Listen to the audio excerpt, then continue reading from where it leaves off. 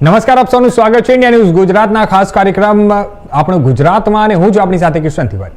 સમાચારોની શરૂઆત કરીએ આપણે સૌથી પહેલા મહત્વના સમાચારથી. વાત કરીએ આપણે ગાંધીનગરની, તો ગુજરાતના રાજકીય ઇતિહાસમાં એક મહત્વપૂર્ણ ઘટના સામે આવી છે. રાજ્યસભાની 4 ખાલી બેઠકો માટે ભારતીય જનતા પાર્ટીના 4 ઉમેદવારો બિનહરીફ ચૂંટાઈ આવ્યા છે. જ્યાં કોંગ્રેસે એક પણ ઉમેદવાર મેદાનમાં ઉતાર્યો ન હોવાથી હવે 18 જૂને યોજાનારી જે રાજ્યસભાની ચૂંટણી હતી તે ગુજરાતમાં નહીં યોજાશે. સૌથી મહત્વની વાત એ છે કે રાજ્યના ઇતિહાસમાં પ્રથમ વખત રાજ્યસભામાં કોંગ્રેસનો એક પણ સભ્ય નહીં હોય. ગુજરાતમાં રાજ્યસભાની 4 બેઠકો માટે યોજાનારી ચૂંટણી પહેલા જ પરિણામ સ્પષ્ટ થઈ ગયું છે.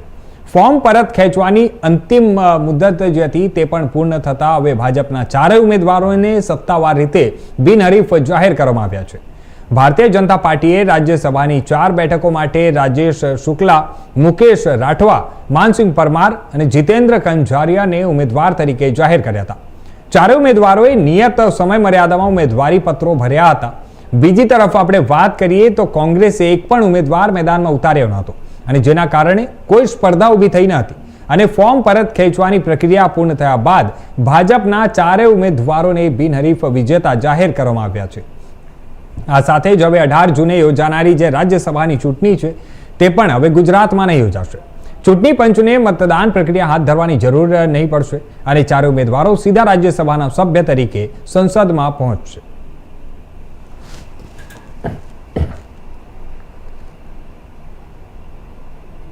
તો સમાચારોમાં હવે વાત કરીએ આપણે રાજકોટની. તો અમદાવાદમાં 12 જૂન 2025ના રોજ થયેલી એર ઇન્ડિયા AI-171 ફ્લાઇટ દુર્ઘટનાને આજે 1 વર્ષ પૂર્ણ થયું છે. આ દુર્ઘટનામાં ગુજરાતના પૂર્વ મુખ્યમંત્રી સ્વર્ગસ્થ વિજય રૂપાણી સહિત અનેક મુસાફરોના દુઃખદ નિધન થયા હતા. ત્યારે વર્ષે નિમિત્તે રાજકોટ ખાતે વિજય રૂપાણીના પુત્ર ઋષભ રૂપાણીએ પત્રકાર પરિષદ સંબોધી હતી અને સેવાકીય પ્રવૃત્તિઓની જાહેરાત કરી હતી. અમદાવાદમાં 12 જૂન 2025ના રોજ સર્જાયેલી એર ઇન્ડિયા AI-171 ફ્લાઇટ દુર્ઘટનાને આજે 1 વર્ષ પૂર્ણ થયું છે. આ દુર્ઘટનામાં ગુજરાતના પૂર્વ મુખ્યમંત્રી સ્વર્ગસ્થ વિજય રૂપાણી સહિત અનેક મુસાફરો અને ક્રૂ સભ્યોના દુઃખદ અવસાન થયા હતા. દુર્ઘટનાની પ્રથમ વર્ષી નિમિત્તે રાજકોટ ખાતે વિજય રૂપાણીના પુત્ર ઋષભ રૂપાણીએ પત્રકાર પરિષદ યોજી હતી અને તેમણે જણાવ્યું હતું કે વિજય રૂપાણીના વિચારો, મૂલ્યો અને સેવાકીય કાર્યોને લોકો સુધી પહોંચાડવા માટે વિજય રૂપાણી ફાઉન્ડેશન સતત કાર્યરત છે. ઋષભ રૂપાણીએ જણાવ્યું હતું કે વિજયભાઈને સાચી શ્રદ્ધાંજલિ એ જ છે કે તેમના અધૂરા સેવાકીય કાર્યોને આગળ વધારવામાં આવે. આ માટે વર્ષી નિમિત્તે blood donation camp, free medical camp સહિત વિવિધ લોક ઉપયોગી કાર્યક્રમોનું આયોજન કરવામાં આવ્યું છે. પ્લેન ક્રેશની તપાસ અંગે પૂછાયેલા પ્રશ્નના જવાબમાં ઋષભ રૂપાણીએ જણાવ્યું હતું કે તેમની બહેન રાધિકાબેન દ્વારા એર ઇન્ડિયા અને ટાટા ગ્રુપ સાથે સતત ઈમેલ કોમ્યુનિકેશન કરવામાં આવી રહ્યું છે અને કંપની તરફથી જવાબ પણ મળી રહ્યા છે. સરકારી એજન્સીઓ દ્વારા જે તપાસ થઈ રહી છે એનો નિષ્કર્ષ આવશે અને આપણે બધાએ સાથ અને સહયોગ આપવાનો જ હોય અને આપીએ જ છીએ. બીજો વિષય જે આપણે કહ્યો, મારી બહેન દ્વારા જે ઈમેલ કમ્યુનિકેશનની વાત છે એર ઇન્ડિયા સાથેનું, તો હું સ્પષ્ટ રૂપે કહેવા માંગુ છું કે એર ઇન્ડિયા અને ટાટા ટ્રસ્ટ એ છેલ્લા 1 વર્ષથી તમામ પીડિત પરિવારો સાથે ઈમેલ કમ્યુનિકેશનમાં 1-to-1 કોરસ્પોન્ડન્સ કરી રહ્યા છે અને જે કંઈ પણ ડોક્યુમેન્ટ્સની આપલે હોય, જે કંઈ પણ ઇન્ફોર્મેશનની આપલે હોય એ ચાલી જ રહી છે. તો એમાં ઈમેલ કમ્યુનિકેશનમાં કશું નવું નથી. વાત આવી લીગલ ક્લેમ વેવરની, તો એના માટે રાધિકાબેને પોતાનું મંતવ્ય રજૂ કર્યું અને એર ઇન્ડિયાને એક ઈમેલ કર્યો છે અને એર ઇન્ડિયાએ આપ સર્વેને ખબર છે જવાબ પણ એનો આપ્યો છે. તો આ વાત એક પીડિત પરિવાર અને એર ઇન્ડિયા એરલાઇન્સ વચ્ચેનો એક પ્રાઇવેટ મેટર છે. તો હું આપ સર્વેના માધ્યમથી એ વિનંતી કરું છું કે આ પબ્લિક ડોમેઇન પર ડિસ્કસ ના થવી જોઈએ. અને રહી વાત ઇન્વેસ્ટિગેશનની, તો we wholeheartedly support the investigation efforts. શું માનો છો, અકસ્માત હતો કે કોઈ અન્ય કારણોસર? તમારા મતે 1 વર્ષ દરમિયાન હજુ સુધી કોઈ રિપોર્ટ નહીં. બીજું, ઋષભભાઈ 1 વર્ષ થયો, કોઈ એજન્સીએ કોઈ માહિતી આપી છે અથવા તો પત્ર લખ્યો છે, એનો કોઈ જવાબ મળ્યો છે? બેનને પત્ર લખવાની ફરજ પડી છે ઇન્ડિયાને, તો એને લઈને કોઈ જવાબ મળ્યો છે અથવા તો બેનને પત્ર શા માટે લખવો પડ્યો? 1 વર્ષ થયું, એક પણ એજન્સી હજી સુધી માહિતી આપી નથી પીડિતોને ખાસ. કે હું 1 by 1 જે આપના ક્વેશ્ચનનો જવાબ આપું. ઇન્વેસ્ટિગેશન ચાલી રહી છે, તો એ તપાસ જ્યાં સુધી પૂરી ના થાય ત્યાં સુધી એના કોઈ પણ આઉટકમ પર કમેન્ટ ના જ કરવી જોઈએ. તો મને નથી લાગતું કે એ આ પ્રશ્ન વ્યાજબી છે. અને આપના પ્રશ્નનો જવાબ, ઇન્વેસ્ટિગેશનનું પરિણામ આવશે. એર ઇન્ડિયા તરફથી જે કમ્યુનિકેશન કરવામાં આવ્યું એના કમ્યુનિકેશનના જવાબમાં ન માત્ર અમે પણ બધા પીડિત પરિવારો કંઈક ને કંઈક ઈમેલ કમ્યુનિકેશન કર્યું હશે. તો again it's a private discussion between two concern parties. એક તરફ છે પીડિત પરિવારો અને એક તરફ છે એર ઇન્ડિયા, અને એર ઇન્ડિયાનો જવાબ પણ આપ્યો છે. તો આ મેટરને હવે છોડીને ચીકણી કરવાનો એ કોઈ અર્થ સરતો નથી. રિષભભાઈ, અલગ અલગ તપાસ એજન્સી જે તપાસ કરી રહી છે, તમે એનાથી સંતોષ છો? સંતોષકારક છે એજન્સીની જે તપાસ કરી? જી, મેં કહ્યું ને કે સંપૂર્ણપણે સંતુષ્ટ છીએ, અને તપાસ એજન્સીઓ પર ભરોસો રાખવા માટે હું બધાને વિનંતી કરું છું.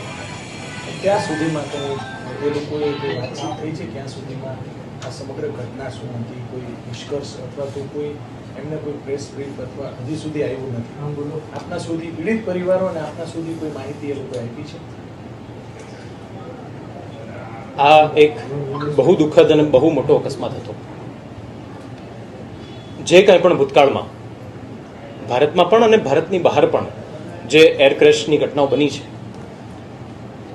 એ કોમ્પ્લિકેટેડ હોય છે. એનું એનાલિસિસ કરવું, બ્લેક બોક્સ ડેટાને, કોકપિટ વોઇસ રેકોર્ડર અને ફ્લાઇટ ડેટા રેકોર્ડરને રીડ કરવું, એનું ઇન્ટરપ્રેટ કરવું, ડેટા એક્સટ્રેક્શન, અને અલગ અલગ સિનારીઓ કે આમ હોઈ શકે તો એની થિયરીઓ તપાસવી, આમ હોઈ શકે એની થિયરીઓ તપાસવી, એ મુશ્કેલ કામ છે, કમ્બરસમ ટાસ્ક છે એજન્સીઓ માટે પણ.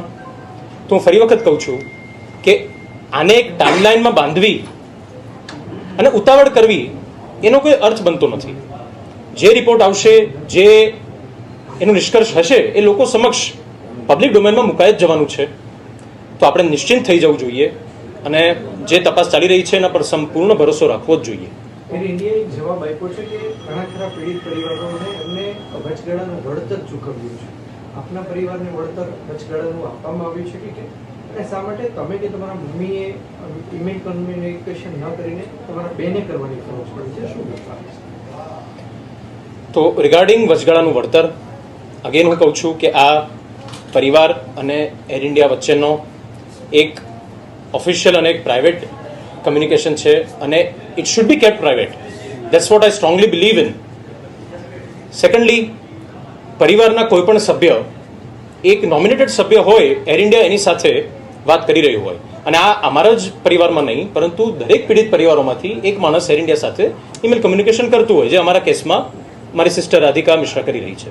ઋષભભાઈ, ક્યાંક એવી પણ ચર્ચા છે રાજ્યસભામાં ક્યાંક અંજલિબેનનું નામ ન આવ્યું એટલે બાદમાં આ લેટર કોમ્યુનિકેશન ક્યાંક સામે આવ્યું છે, આવું માનો છો કે આવું હોઈ શકે ખરા?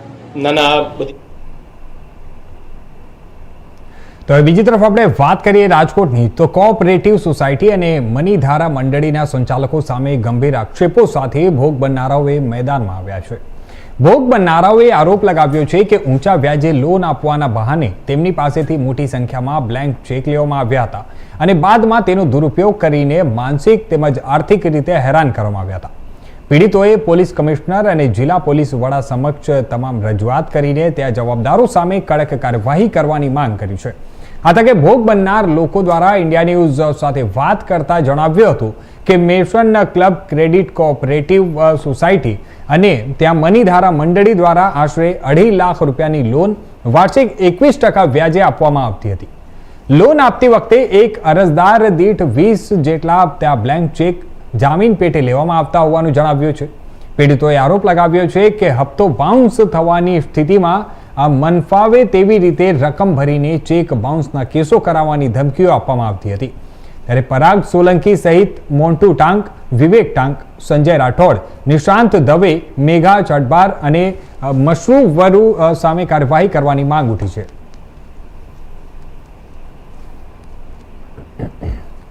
રાજકોટમાં મંડળીના માલિકો દ્વારા ગરીબ લોકોના પૈસાનું કુલેકું ફેરવવામાં આવ્યું છે. તમે દ્રશ્ય જોઈ રહ્યા છો કે રાજકોટના આ મેશન અને મનીધારા નામની જે મંડળીમાં રોકાણ કરી કે કહેવાય કે પોતાનું પેટીયું રડતા અને રોકાણ કરીને કહેવાય જે પોતાની બચત કરતા હોય તેવા ગરીબ લોકો છે તેનું ક્યાં છે ફ્રોડ થયો છે. ત્યારે આપણી સાથે કેટલાક લોકો છે એમની સાથે વાત કરીશું. શું સમગ્ર મામલો હતો, કઈ જે કંપની છે મનીધારા અને મની નેશન નામની છે, તમે કેટલા વર્ષથી એની સાથે જોડાયા હતા, તમને શું લાલચ આપી હતી? 2018માં મેં મોર્ગેજ લોન લીધી હતી. ત્યારે લોન આપતી વખતે મને 18% કીધા હતા. રજિસ્ટર ઓફિસમાં ત્યારે એમ કીધું કે જો 21% આપો તો જ થશે, નતો 10,000 રૂપિયાથી તમે ખર્ચના આપ્યા છે એ જતા કરવા પડશે. વેલ્યુશન માટે મેં 14 લાખ રૂપિયાની વેલ્યુશન કાઢી અને 8,500 રૂપિયા વેલ્યુશનની ફી આપેલી. 14 લાખ વેલ્યુશન કાઢ્યા પછી 3,37,000ની મને લોન આપેલી. એ 3,37,000માંથી મેં સિરિયલ કોરોના સુધી 1,80,000 રૂપિયા ભરેલા છે. એના પછી મારા અલગ અલગ ચેક રિટર્ન કરાવી અને મારી પાસે હાલમાં 16,40,000 રૂપિયા માગે છે સમાધાન માટે. અને મારા જામીન તરીકે જે મારા રિલેટિવ હતા એમને પણ એના ચેક રિટર્ન કરાવીને એમને પણ સજા કરેલ છે, જપ્તી કરેલ છે, મિલકતની જપ્તી લીધેલ છે. મારા મધર ગયા વર્ષે એક્સપાયર થઈ ગયા. જપ્તી કરવા આવ્યા ત્યારે મેં એમ કીધું હતું કે એની સહ્યાદાન માટે જે આ સાડીઓની રાખી હતી એ પણ જપ્તી કરી ગયા છે, જે મારે દાનમાં એમાં આપવાની હતી. ત્યારે પરાગભાઈ સોલંકી એમ કીધું હતું કે તમે જ્યાં જવું હોય ત્યાં જાઓ અને જે કરવું હોય કરો, આમાં તમારો કોઈ છુટકારો નહીં થાય. મંડળી છે જે એ તમે એમાં જોડાણા, તમે કોના હસ્તક જોડાણા હતા? અને શેર લીધેલા છે. શેર લીધેલા હા, છે. Share hold. અને ક્યાંક ને ક્યાંક પઠાણી ઉઘરાણી કરીને પણ તમારી પાસેથી પૈસા પડાવતા. તો આલું કહેવાય 10 ગણું વ્યાજ, 3 લાખનું 10 ગણું વ્યાજ તમે ચૂક્યું છે. તો આ મંડળી કાયદેસર હતી? તમે આ બાબતે ક્યાંય વેરીફાઈ કરાવ્યું હતું? મંડળી છે ને લીગલ અમારી ઉપર કોર્ટ કેસ કરેલ છે. અને જાજુ સાહેબ અમને જનરલ પબ્લિકને આટલું નોલેજ ન હોય કાયદાકીય, એટલે અમે કોર્ટનો દરવાજો ખખડાવ્યો અને કોર્ટમાં અમે જે કંઈ તારીખ ઉપરથી એ પ્રમાણે અમારી ઉપર 5 કેસ ચેક રિટર્નના અને 2 મારા જામીનના કેસ, મિલકત જપ્ત કરેલ છે અને ઘરે આવીને સામાન પણ જપ્ત કરી ગયા છે, જેની વેલ્યુશન 4 લાખ ઉપરનો સામાન હતી અને ઓન પેપર એને 7,800 જે બતાવેલ છે. તમારા કેટલા રૂપિયા મંડળીમાં તમે ભરેલા હતા? તમે લોન કેટલા પેટે લીધી હતી અને કેટલા ટકા લખે તમે વ્યાજ ચૂક્યું? તમારી સાથે કેવું હેરેસ મંડળીના માલિકોએ કર્યું ને કોણ માલિક હતા? અમે merchant club credit cooperative society કરીને છે, જેની પાસેથી અમે 2019માં 2.5 લાખ રૂપિયાની લોન લીધેલ હતી, જેની સામે એને અત્યાર સુધીમાં 22 લાખ રૂપિયાના ચેક બાઉન્સ કરાવેલા છે અલગ અલગ જિલ્લાઓમાં. એની સામે અમે 1,40,000 રૂપિયા ભરેલા. અમે થાકી તૂટી અને પોલીસ કમ્પ્લેન બી કરી, પોલીસે અમારો સપોર્ટ બી કર્યો, એના વિરુદ્ધ એને એફઆઈઆર બી નોંધી. એફઆઈઆર નોંધ્યા પછી 8 દિવસ એ લોકો ફરાર રહ્યા છે અને ગઈકાલે હજી એ લોકોને આગોતરા જામીન લઈને પાછા છૂટી ગયા છે. કેટલા લોકો આ જે કહેવાય આ મંડળીનો ભોગ બન્યા હશે? રાજકોટમાંથી કેટલા બન્યા છે? સૌરાષ્ટ્રમાંથી અને ગુજરાતમાંથી સમગ્રમાંથી કેટલા લોકો બન્યા છે? શું આ લોકો લોભામણી શું સ્કીમો આપતા? આ લોકો લોભામણી સ્કીમમાં તો એવું આપતા કે અમારું વ્યાજ ઓછું છે અને અમે તમને અવારનવાર મદદ કરીશું લોનના નામે. અને આ રીતના એ લોકો લોભામણી જાહેરાત કરે એટલે જે માણસો અભણ હોય, આ લોકો પહેલાં તો કોઈ એવી જ્ઞાતિને લોન નથી આપતા. આ લોકો નાની નાની જે જ્ઞાતિ હોય છે, જે બોલી નથી શકતા, જે અભણ હોય છે, એ જ્ઞાતિને જ લોન આપે છે, જેથી કરીને કે એની સામે કોઈ બોલી ના શકે. અન્ય જે મહિલા છે જેને આ જે મંડળીનો હિસ્સો બનેલા છે, તમે કેટલા રૂપિયાનું તમારી સાથે ફ્રોડ કર્યું છે અને તમારી શું માંગ છે હવે? અમારી સાથે જે એણે મારી બચ્ચાઓને જે હેરાન કર્યા છે ને કે વાત ન પૂછો. મારી પ્રેગ્નન્સીના હાલતમાં હું કોટાઈ ગઈ છું. આ મારી દીકરીને હેરાન કરી જાય છે. એને 2 વખત આંચકી આવી ગઈ છે અને એ બચ્ચાઓને લઈને હું દ્વારકા જાઉં છું. સાંજે 4 વાગ્યાની ટ્રેનમાંથી થેપલા બનાવી સાંજે 4 વાગ્યાની ટ્રેનમાં જાઉં અને ત્યાં આખો દિવસ તડકામાં લઈને પાછી હું સાંજે લઈને આવું છું. કેવી રીતના હું પહોંચી શકું? તે છતાં અમે ભરવા તૈયાર હતા, પણ અમારે 11 લાખ અને એક. તો એ સમાચારમાં આગળ વાત કરીએ આપણે વડોદરાની. તો વડોદરા મહાનગરપાલિકાની પ્રી મોન્સૂન કામગીરીને લઈને વિવાદ ઊભો થયો છે. મેયર અને નવા પદાધિકારીઓએ પ્રથમ દિવસે નિરીક્ષણ કર્યું, પરંતુ ત્યારબાદ કાંસોની સફાઈ કામગીરી બંધ થઈ ગઈ હોવાનો આક્ષેપ સામે આવ્યો છે. ખાસ કરીને વોર્ડ નંબર 2 અને યુનિવર્સિટી વિસ્તારની કાંસમાં કામકાજ અટકી જતા સ્થાનિકોમાં રોષ જોવા મળી રહ્યો છે. હવે સવાલ એ ઉઠી રહ્યો છે કે પદાધિકારીઓ માત્ર ફોટોગ્રાફી સેશન માટે જ સ્થળ ઉપર પહોંચ્યા હતા કે પછી વાસ્તવમાં કામગીરીની સમીક્ષા કરવા માટે આવ્યા હતા?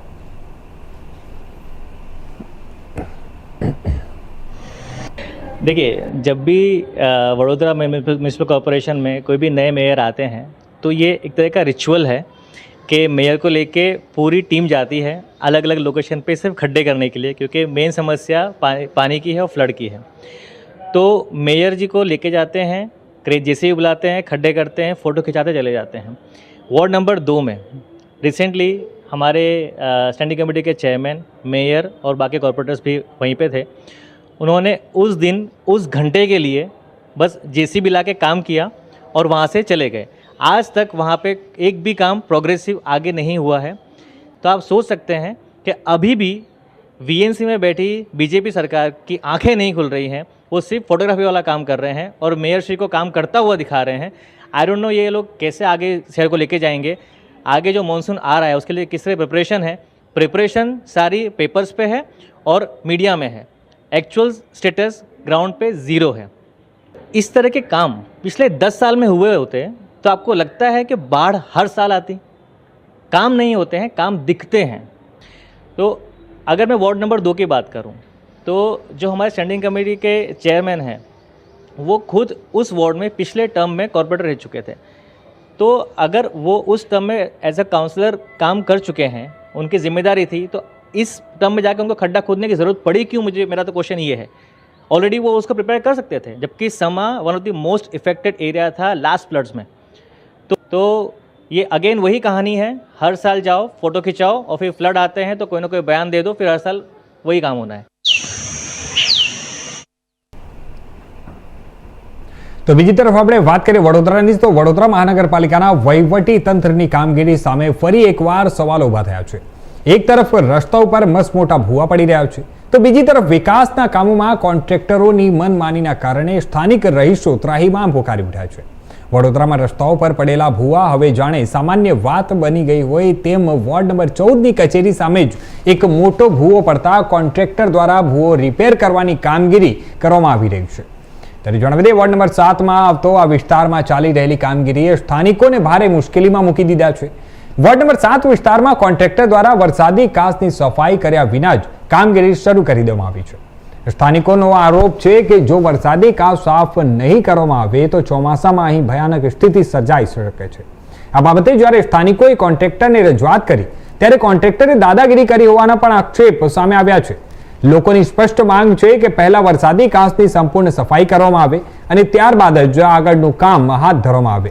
અને આ સમગ્ર મામલે સ્થાનિકોએ પોતાના વિસ્તારના કાઉન્સિલરો સામે પણ ભારે રોષ વ્યક્ત કર્યો છે। ત્યારે વારંવાર રજૂઆતો કરવા છતાં ચૂંટાયેલા જે પ્રતિનિધિઓ છે અને તંત્ર દ્વારા યોગ્ય ધ્યાન નહીં આપવામાં આવતા સ્થાનિકોમાં ભારે આક્રોશ પણ જોવા મળી રહ્યો છે। અહીંયા ઘણી ઘટના કામ ચાલી રહ્યું છે એ બાબતને લઈને બની છે। નાના નાના ઊભા પડ્યા રાખે છે, જો આગળ બીજો પડશે એમને કીધું છે, જો આવતા નહીં કોન્ટ્રાક્ટરને બી બોલાયા છે, કોન્ટ્રાક્ટર બી જો ઘડી આવવા તૈયાર છે નહીં, બોલે અમારામાં આવતું નથી। એ એવું કહે છે કે તમે વોર્ડ નંબર 5માં જાઓ, વોર્ડ નંબર 7માં જાઓ, એટલે આવું અમે અહીંથી ત્યાંથી ધક્કા ખાઈએ કરીએ। આ ચાલે છે 10 મહિનાથી કામ ચાલે છે અને હજુ બીજા 2 વર્ષ ચાલશે જ। ચોમાસું બહુ નજીક છે, આ લોકોને કહીએ છીએ કે ચોમાસા પહેલા કામ પૂરું કરો, પણ નહીં કરતા। કારણ કે આના આવતા સ્થાનિકોને બી જો આ પાણીમાં કોઈ પડી જશે જવાબદારી કોણ લેશે? તો એ મારું પિયુષ પ્રજાપતિ। વોર્ડ નંબર 7 પાસે વોર્ડ નંબર 7ની હદની અંદર છે ને ભૂવો પડ્યો છે। એ ભૂવો પડ્યો તે વરસાદી કાચ છે બરાબર નીચે। તો અમે કોન્ટ્રાક્ટર આવ્યા તો સાહેબ પેક કરવા, મેં એને એવું કીધું ભાઈ તું પહેલાં જે અંદર બધું છે એ બધું બહાર કાઢો, તો એ કાઢતો નહોતો। એ કહે છે કે ના મેં ખાલી પેક જ કરું। અને બીજું કે આ મેન કાચ છે અમારે એ પાણી જવાની, હવે આ પેક કરી દેશે તો અમારે એક ઇંચમાં તો ઘૂંટણ સમાન પાણી આવે છે, તો અમારે કઈ જવાનું? દર વર્ષે તો અમે ભોગવીએ જ છીએ એટલું, અને આ તો એકદમ પેક થઈ જશે તો અમારે કઈ જવાનું? કોન્ટ્રાક્ટરને કીધું તારા સાહેબનો નંબર હાલ, તો કે સાહેબનો નંબર મારી પાસે છે જ નથી, તમારે ઓફિસમાં જઈને મળી આવવાનું કે છે। એટલી બધી દાદાગીરીઓ કરે છે કોન્ટ્રાક્ટરો બી।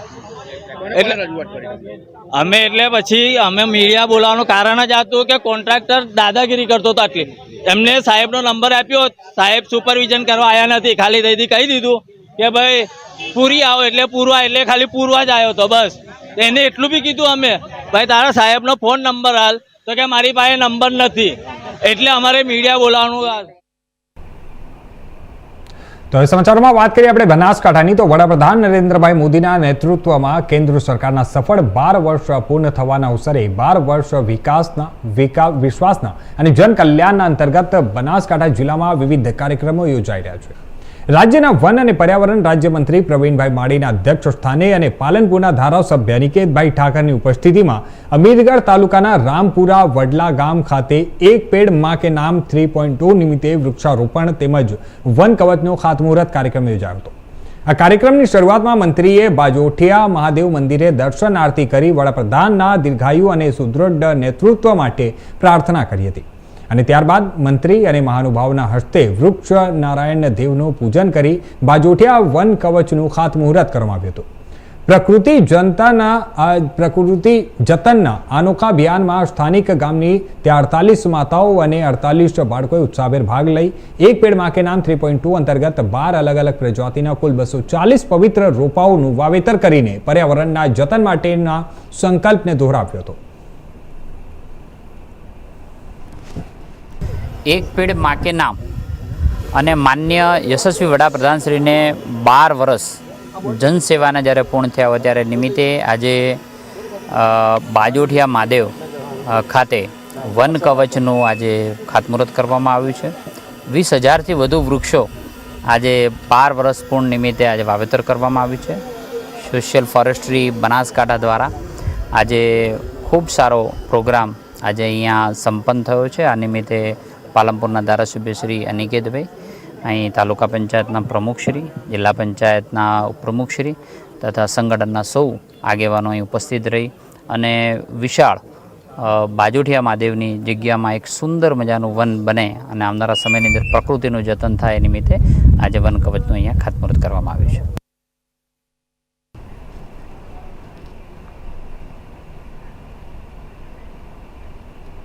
તો હવે સમાચારોમાં આગળ વાત કરીએ આપણે સુરતની. તો સુરતમાંથી અત્યારે સૌથી વિવાદિત એવો નાસિરનગરમાં જે ડિમોલેશન કાંડ થયું છે તેને લઈને ચર્ચાએ જોર પકડ્યું છે અને એમાં ડેલી નવા ખુલાસાઓ થઈ રહ્યા છે. આપણે વાત કરીએ તો સુરતના નાસિરનગર ડિમોલેશન મામલે હવે રોજ નવા સવાલો પણ ઊભા થઈ રહ્યા છે. એક જ દિવસે એસએમસીના 2 ઉચ્ચ અધિકારીઓના અલગ અલગ નિવેદનોએ સમગ્ર પ્રકરણને વધુ રહસ્યમય બનાવી દીધું છે. એક તરફ ઝોનલ ચીફ આશિષ નાયક ડિમોલેશન એસએમસી દ્વારા કરાયું હોવાનું કહે છે, તો બીજી તરફ મ્યુનિસિપલ કમિશનર એમ નાગરાજન કહે છે કે ડિમોલેશન કોણે કર્યું તેની તપાસ હજુ ચાલુ છે. આ વિરોધાભાસી જે નિવેદનો છે તે વચ્ચે હવે સમગ્ર મામલે આ લીપાપોતીના આક્ષેપો પણ ઉઠી રહ્યા છે. સુરતના નાસિરનગર ખાતે થયેલા વિવાદાસ્પદ ડિમોલેશન મામલે હવે મહાનગરપાલિકાના જ અધિકારીઓના નિવેદનો સામે આવી જતા સમગ્ર પ્રકરણ વધુ ગૂંચવાયું છે. બપોરના સમયે ઝોનલ ચીફ આશિષ નાયકે સ્પષ્ટપણે જણાવ્યું હતું કે નાસિરનગર ખાતે થયેલી ડિમોલેશનની કાર્યવાહી સુરત મહાનગરપાલિકા દ્વારા કરવામાં આવી હતી. જોકે સાંજ પડતા જ સુરત મ્યુનિસિપલ કોર્પોરેશનના કમિશનર એમ નાગરાજને મીડિયાને જણાવ્યું કે ડિમોલેશન કોણે કર્યું તે અંગે હાલ તપાસ ચાલી રહી છે અને તપાસ અહેવાલ આવ્યા બાદ જ સમગ્ર હકીકત સામે આવશે. એક જ ઘટનાને લઈને 2 જવાબદાર અધિકારીઓના વિરોધાભાસી નિવેદનો સામે આવતા અનેક સવાલો ઊભા થઈ રહ્યા છે. જો ડિમોલેશન એસએમસી દ્વારા જ કરવામાં આવ્યું હોય તો પછી તપાસની જરૂરિયાત શું છે? અને જો તપાસ હજુ ચાલુ હોય તો ઝોનલ ચીફે ડિમોલેશનની જવાબદારી કેવી રીતે સ્વીકારી? મીડિયા દ્વારા આ જ મુદ્દે મ્યુનિસિપલ કમિશનરને સવાલો કરવામાં આવ્યા હતા. જો કે કમિશનરે તપાસ ચાલુ હોવાનું જ કારણ આપી અને વધુ ટિપ્પણી કરવાનો ઇનકાર કર્યો હતો. આ દરમિયાન તેમની બાજુમાં બેઠેલા આશિષ નાયકના અગાઉના નિવેદનને લઈને પણ ચર્ચાઓ ગરમાઈ હતી. પ્રેસ કોન્ફરન્સ દરમિયાન મીડિયા કર્મીઓના સવાલો વચ્ચે વાતાવરણ તંગ બન્યું હતું. માહિતી મેળવવાના પ્રયાસ દરમિયાન પોલીસ માર્શલ અને મીડિયા કર્મીઓ વચ્ચે ઘર્ષણ સર્જાયું હતું. ધક્કામુક્કીના દ્રશ્યો પણ સામે આવ્યા હતા, જેમાં કેટલાક માર્શલ અને પત્રકારોને ઈજા પહોંચી હોવાની વિગતો પણ સામે આવી રહી છે. હાલ નાસિરનગર ડિમોલેશનનો મુદ્દો માત્ર ડિમોલેશન પૂરતો સીમિત રહ્યો નથી, પરંતુ તંત્રની ભૂમિકા, જવાબદારી અને પારદર્શિતા અંગે પણ ગંભીર સવાલ ઊભા કરી રહ્યા છે. અસરગ્રસ્ત પરિવારો હજુ પણ ન્યાયની રાહ જોઈ રહ્યા છે. ત્યારે તપાસનું પરિણામ શું આવે છે અને જવાબદારો સામે શું કાર્યવાહી થાય છે તેના ઉપર સૌની નજર મંડાઈ છે.